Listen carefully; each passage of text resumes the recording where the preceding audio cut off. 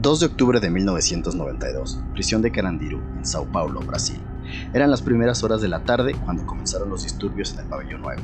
La tensión se había acumulado durante meses, sobrepoblación extrema, condiciones inhumanas, abusos constantes de los guardias y la falta de atención médica habían convertido la cárcel en una bomba de tiempo. Ese día, el infierno se desató. La policía militar irrumpió en el penal con armas automáticas. En menos de media hora, 111 presos fueron ejecutados. La mayoría estaban desarmados. Algunos sobrevivientes contaron que los obligaron a acostarse boca abajo antes de recibir un disparo en la cabeza. Fue una de las peores masacres carcelarias en la historia de Brasil y del mundo. Todos lo supieron, pero con tantas otras tragedias, se perdió entre los titulares. Un año después, Sepultura transformó esa rabia en música. Mientras trabajaban en Chaos AD, Max Cavalera quedó impactado con la brutalidad del Estado brasileño y compuso Manifest, una canción que no es metáfora ni es poesía, es una denuncia cruda, casi un reportaje musical. En ella se narran los hechos con precisión quirúrgica. Por ejemplo, "They shoot prisoners to death, the police had no mercy, the government said it was a riot". Pero lo que hace esta historia más poderosa es que, sin mencionarlo, Sepultura estaba gritando lo que el filósofo francés Michel Foucault había escrito 20 años antes en su obra Vigilar y Castigar. Foucault decía que las prisiones no son solo lugares de castigo, son máquinas de control, laboratorios donde el poder disciplina, vigila y moldea cuerpos. Ya no se tortura en público como en la Edad Media, ahora el control es silencioso, burocrático y su violencia se esconde tras justificaciones legales. Manifest es, sin proponérselo, un ejemplo exacto de esa crítica Foucaultiana. Los presos reducidos a números, la violencia institucional convertida en espectáculo, el Estado justificando la masacre como un motín. Todo encaja con la idea del poder moderno que Foucault denunciaba. Incluso la música refleja esa opresión. Igor Cavalera golpea la batería de manera casi marcial, creando una atmósfera de vigilancia asfixiante, mientras Max, su hermano, grita como si leyera una parte de guerra que nadie quiere escuchar. No estás oyendo solo metal, estás oyendo filosofía transformada en distorsión. Y eso es lo increíble del metal. Donde otros escriben tratados, nosotros escuchamos riffs, desde Nietzsche y el superhombre hasta Camus y lo absurdo. Muchas de las grandes preguntas filosóficas laten en nuestras canciones favoritas. Sepultura y Foucault solo fueron el comienzo.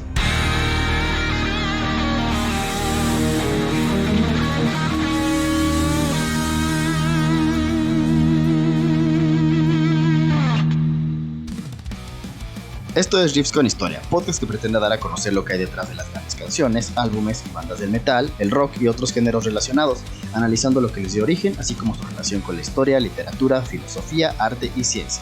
Mi nombre es Isaac Reyes y les doy la bienvenida al episodio 15, Filosofía igual a metal. Antes de continuar, quiero decirte que si es la primera vez que nos escuchas o si ya sigues el contenido pero no te has suscrito, dale click al botón de seguir en YouTube o Spotify. Esto nos ayuda muchísimo a seguir creando estos episodios y si ya estás suscrito, muchísimas gracias por estar ahí. Hemos llegado a la mitad de la segunda temporada y, tal como lo hicimos en la primera, toca comparar el metal con alguna otra rama de la cultura. En aquella ocasión lo hicimos con la música clásica. Hoy vamos a hablar de filosofía y de esas bandas de metal que, de una u otra forma, empatan con ideas, corrientes o postulados de distintos filósofos. Quiero aclarar algo desde un principio. Esta comparación es completamente personal. Yo no soy filósofo, soy, como muchos de ustedes, un apasionado del metal que cuando se clava con una banda o una canción, neta, se clava de verdad. Me gusta rascar, investigar y entender el contexto detrás de lo que escucho. También soy un aficionado a la filosofía. A lo largo de mi vida he leído a varios autores. Algunos porque simpatizo con sus ideas, otros porque ayudan a explicar el comportamiento humano y otros por simple curiosidad, aunque no comparta sus postulados. Creo que si uno critica, debe de saber qué es lo que está criticando. ¿Están de acuerdo? Así que no esperen aquí un tratado filosófico, ni verdades absolutas, ni mucho menos. Lo que les comparto son conexiones que yo he encontrado y que me apasiona descubrir, porque demuestran algo increíble, la profundidad del metal, que puede hundir sus raíces en pensamientos filosóficos que han sido estudiados durante siglos. Por supuesto hay cientos de filósofos famosos y hoy solamente vamos a explorar a 6. Muchos quedarán fuera, así que ya me dirán en los comentarios qué otros filósofos o qué otras bandas hubieran encajado en este episodio. Vamos a la parte histórica. Para revisar las comparaciones entre el metal y los filósofos, primero tendremos que conocer un poco de ellos. Claramente todos los nombres que veremos hoy les serán conocidos. Seguramente algunos de ellos ya los leyeron, ya sea en la escuela, por gusto propio, o lo han escuchado con familiares, con algún cuate muy clavado y demás. Pero para ampliar el contexto vamos a revisar de manera rápida su biografía, cuáles son sus obras notables y en qué consiste su filosofía. Esto por si después quieren revisar a cualquiera de ellos. Iniciamos con el que probablemente sea más popular entre la comunidad metalera, Friedrich Nietzsche. de 1844 a 1900. Nietzsche nació en 1844 en Hocken, un pequeño pueblo de Prusia que hoy es Alemania. Fue un prodigio intelectual, estudió filología clásica y siendo muy joven ya era profesor universitario. En su juventud admiró profundamente a Richard Wagner, a quien veía como el gran renovador del espíritu artístico alemán, pero esa admiración terminó en ruptura. Nietzsche consideró que Wagner había caído en un arte decadente y en valores que él rechazaba. Era muy true, Nietzsche. Su vida dio un giro trágico en 1889 cuando sufrió un colapso mental en Turín, un episodio que muchos atribuyen a que tenía sífilis, aunque otros creen que fue un trastorno neurológico. Desde entonces su mente nunca volvió a ser la misma. Murió en 1900 en Weimar, dejando una obra que marcaría para siempre la filosofía, la literatura y por supuesto impactando muchos años después al metal. Sus obras notables, la famosísima Así habló Zaratustra, donde desarrolla la idea del superhombre y la voluntad del poder. Más allá del bien y el mal, donde critica la moral tradicional, la genealogía de la moral, que es un análisis del origen de los valores morales, y el nacimiento de la tragedia, su visión sobre el arte y la dualidad. ¿En qué consiste la filosofía nietzscheana? Él fue un crítico radical de la moral tradicional y de la religión cristiana. Por supuesto, su pensamiento puede resumirse en 4 ideas clave. La primera, Dios ha muerto. Esto estoy seguro que ya lo han escuchado e incluso a lo mejor hasta lo han ocupado. No es una frase anticristiana simplona ni es una blasfemia, al contrario de lo que se podría pensar. Dios ha muerto significa que los valores absolutos de la religión ya no sostienen la moral occidental y ahora el ser humano debe crear su propio sentido. Es mucho más profundo de lo que puede sonar. 2. La voluntad de poder. Todo ser vivo busca afirmarse, expandirse y superarse. Es un impulso vital, no solo deseo de dominar. El Übermensch, el superhombre, el ideal de quien crea sus propios valores y trasciende las limitaciones impuestas. No tiene que ver con ser ególatras y demás. Y 4. El eterno retorno. Vivir como si volvieras a vivir la misma vida eternamente. Una invitación a afirmarla por completo.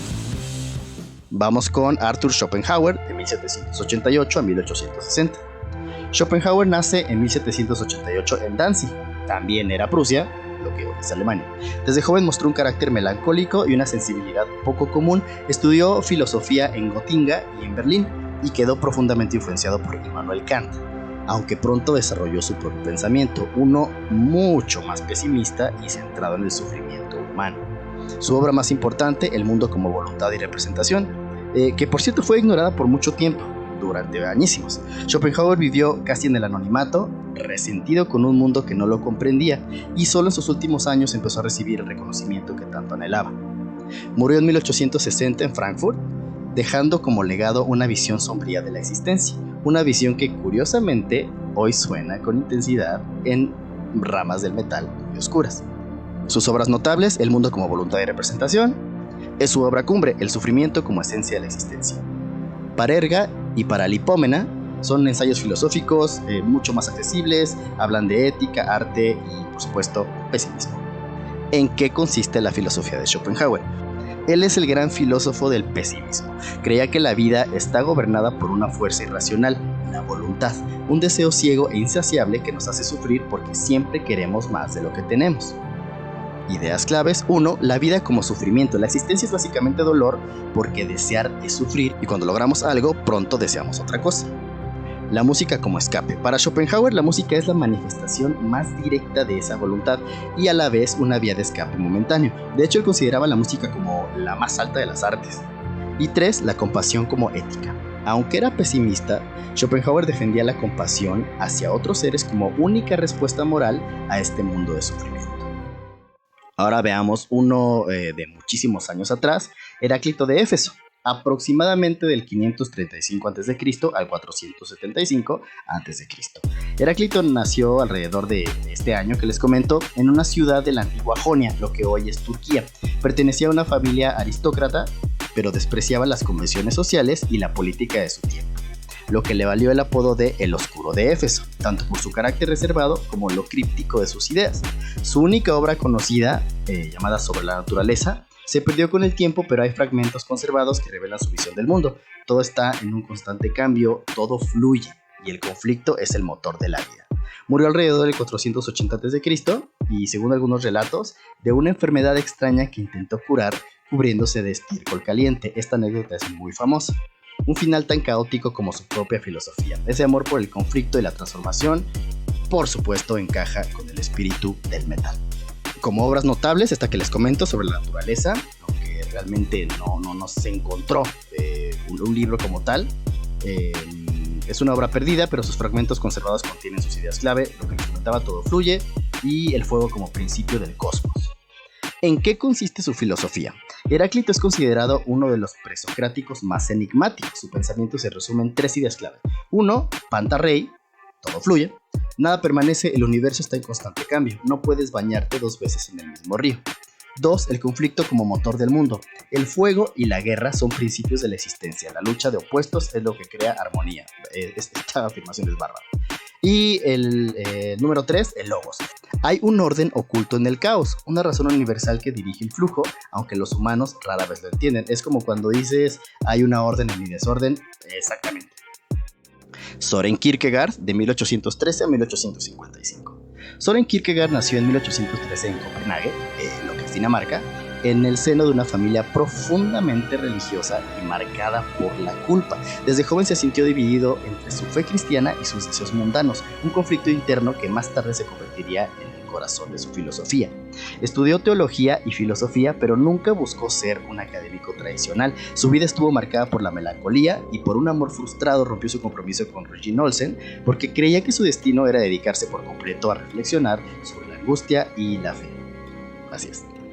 Obras como Temor y Temblor y La enfermedad mortal lo consagraron como el primer gran existencialista, obsesionado con el sentido de la vida y la desesperación humana. Murió en 1855 con solo 42 años, dejando una filosofía tan introspectiva y atormentada que bien podría ser inspiración para cualquier banda de doom o incluso varias de progressive metal. Obras notables: Temor y Temblor, una reflexión sobre la fe y el sacrificio; La enfermedad mortal, que es el análisis de la desesperación existencial; y O lo uno o lo otro, explora la lección entre la vida estética y la ética. ¿En qué consiste la filosofía kierkegaardiana? Es considerado el primer existencialista y aunque era profundamente cristiano, su pensamiento influye tanto en creyentes como en ateos. Sus ideas principales: la angustia. La libertad genera vértigo. Al ser libres sentimos angustia porque sabemos que somos responsables de nuestras decisiones. El salto de fe. Ante la desesperación y el absurdo de la vida, solo un acto de fe subjetiva, no institucional, da sentido. Y la desesperación como estado universal. Todos sufrimos desesperación al no reconciliarnos con quienes realmente somos. Siguiente filósofo, Michel Foucault, de 1926 a 1984. Este es el más contemporáneo de todos los que mencionamos. Foucault nació en el 26 en Poitiers, Francia. Fue un pensador inquieto y polémico, conocido por su fascinación por los márgenes de la sociedad, locura, prisiones, sexualidad y poder. Estudió filosofía y psicología en la prestigiosa, voy a tratar de pronunciarlo lo menos peor posible, École Normale Supérieure, donde comenzó a desarrollar su obsesión por entender cómo las instituciones moldeaban a los individuos. A diferencia de muchos filósofos tradicionales, Foucault no buscaba verdades absolutas. Él quería desentrañar los mecanismos ocultos de poder. En obras como Vigilar y Castigar, denunció cómo las prisiones y los sistemas disciplinarios no solo castigan, sino que controlan, vigilan y moldean cuerpos y mentes. Es con lo que iniciamos este programa, es esta introducción de la catástrofe en Carandiru. Él era abiertamente homosexual y crítico del orden establecido. Llevó una vida tan intensa como sus ideas.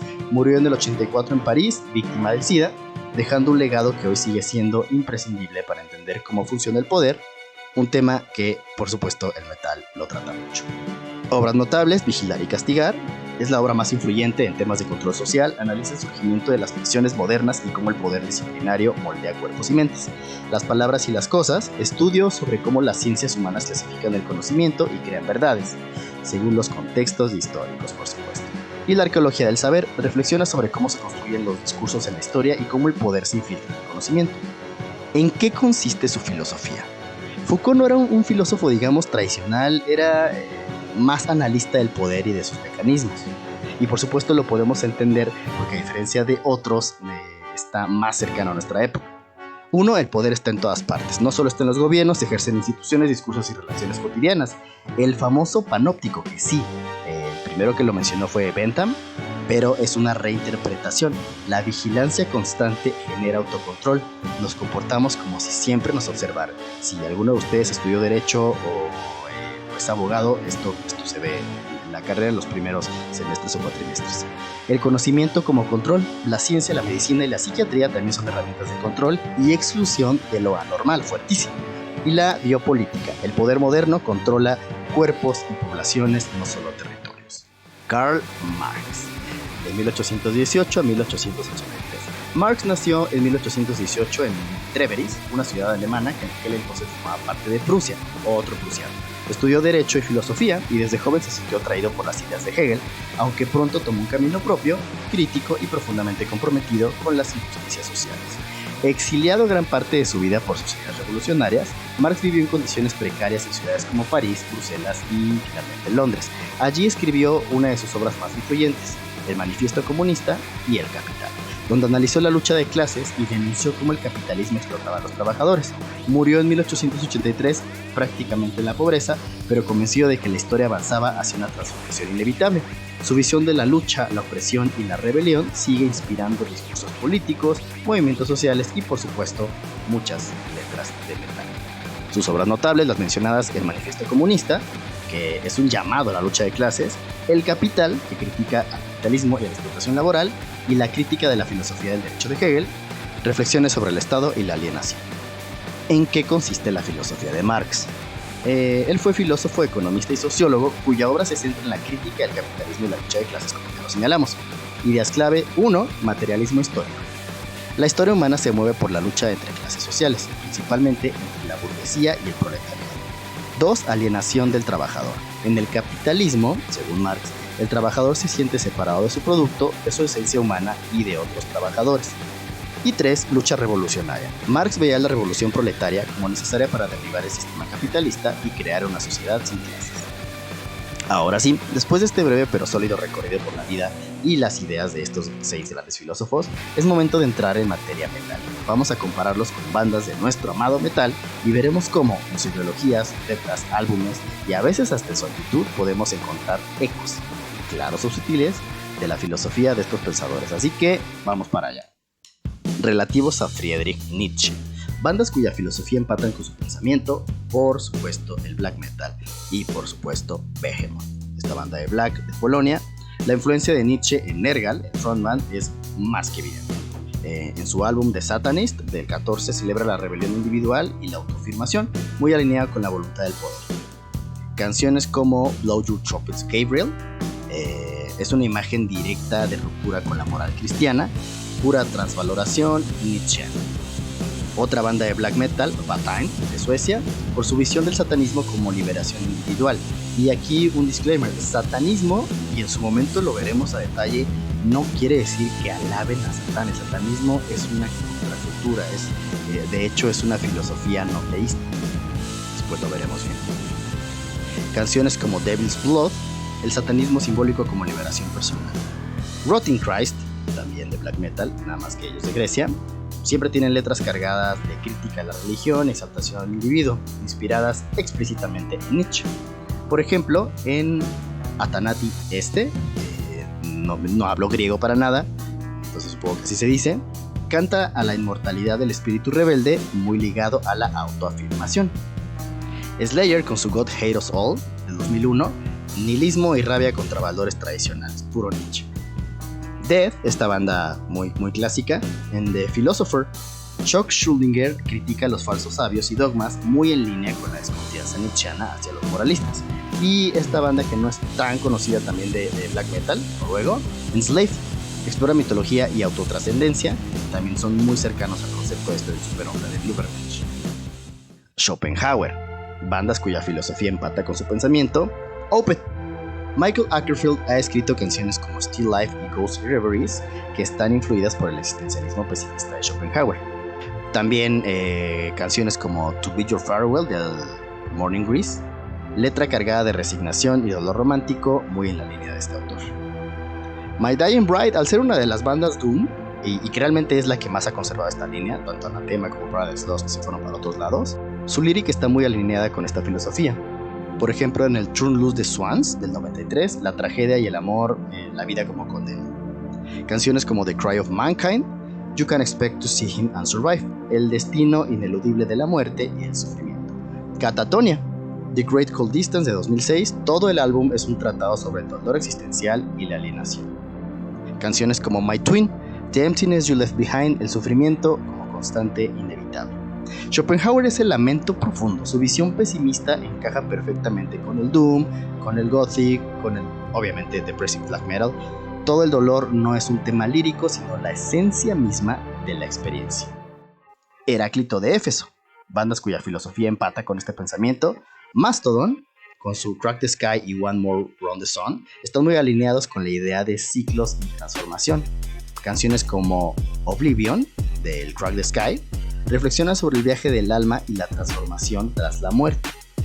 Una de las bandas actualmente de las más consentidas por los metaleros, Gojira, en su From Mars to Cyrus y The Way of All Flesh, la transformación constante de la vida, lucha de fuerzas opuestas, son temas centrales.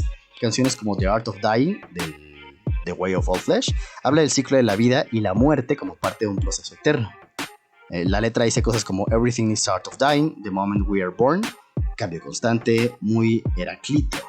Esta superbanda Meshuggah, con su excelente álbum Obscene y el Colors, música basada en patrones rítmicos complejos que evocan la armonía oculta en el caos. Esto, digamos, quizá nos clavamos mucho, pero es muy Heráclito. La canción probablemente más conocida de Meshuggah, Bleed, del Obscene. La letra no es filosófica, pero como lo decíamos, ¿no? Musicalmente representa un caos controlado que va muy en línea con la idea de Logos. Heráclito tiene una visión de un universo gobernado por el conflicto y el fuego encaja perfectamente con la agresividad y la tensión del metal extremo. Queda mucho como para un álbum conceptual de progresivo e incluso de death técnico. Søren Kierkegaard, bandas que empatan con el pensamiento, Anathema, Danny Kavanagh y sus temas súper existencialistas muy kierkegaardianos. En sus álbumes Judgment o A Natural Disaster, las letras giran en torno a la angustia existencial y la búsqueda de un sentido. Su canción One Last Goodbye del Judgment expresa desesperación y duelo existencial, Only Now Do You See Me, la reconciliación con la verdad personal a través del dolor. Opeth, de nuevo, en su Blackwater Park, trata de la culpa y la lucha interior, conceptos clave en Kierkegaard. La canción Harvest del Blackwater Park, Stay With Me a While, Rise Above the Veil, la lucha interna con el lado oscuro, muy de este autor. El metal, especialmente el doom y algunas ramas como el gent, probablemente, quizá el metalcore, que no me gusta mucho, pero pueden empatar aquí, exploran el lado humano de la desesperación y la búsqueda de sentido, algo que Kierkegaard vio como esencial en la existencia. Su angustia es prácticamente la atmósfera misma de estos géneros que les comento. Michel Foucault, bandas cuya filosofía empatan con su pensamiento, Napalm Death, Barney Greenway y su notoria influencia de filósofos críticos con el poder, incluidos Foucault e incluso Marx. Napalm Death, en su Utopía Vanish y Time Waits for No Slave, denuncian la opresión institucional y las estructuras de poder invisibles. Canciones como Contemptuous, el Time Waits for No Slave, es una crítica explícita a los sistemas de poder que moldean comportamientos. Fear Factory, esta banda industrial, ellos realmente son más influenciados por Orwell, que ya les debo este episodio de Orwell, es como la quinta vez que lo mencionamos. El concepto de vigilancia y control de Obsolete y de Manufacture se alinea directamente con Foucault, como el panóptico que estábamos mencionando en la parte histórica. Canciones como Resurrection, I've Been Watching You Die, vigilancia y el control como en el panóptico. Sepultura, por supuesto, con el Chaos ID, canciones como Refuse Resist o el Manifest, que es la canción con la que iniciamos este programa. Critican el control policial y militar. De nuevo Gojira, en el Magma o en el Fortitude, critican a las estructuras que manipulan cuerpos y recursos, alineado con la biopolítica.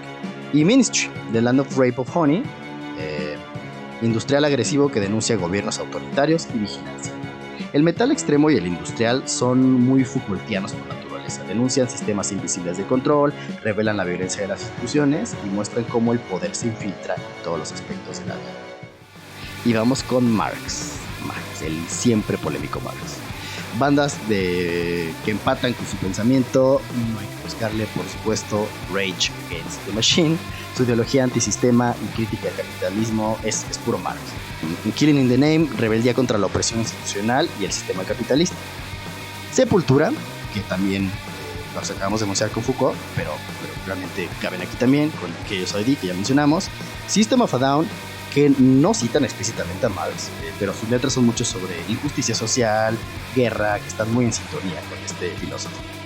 En el Toxicity, las letras exponen injusticia social y política, y canciones como BYOB, Bring Your Own Ball, Why Do They Always Send the Poor, cuestionamiento al poder y la guerra. Napalm Death, con el Harmony Corruption, anticapitalistas, antisistema, denunciando explotación.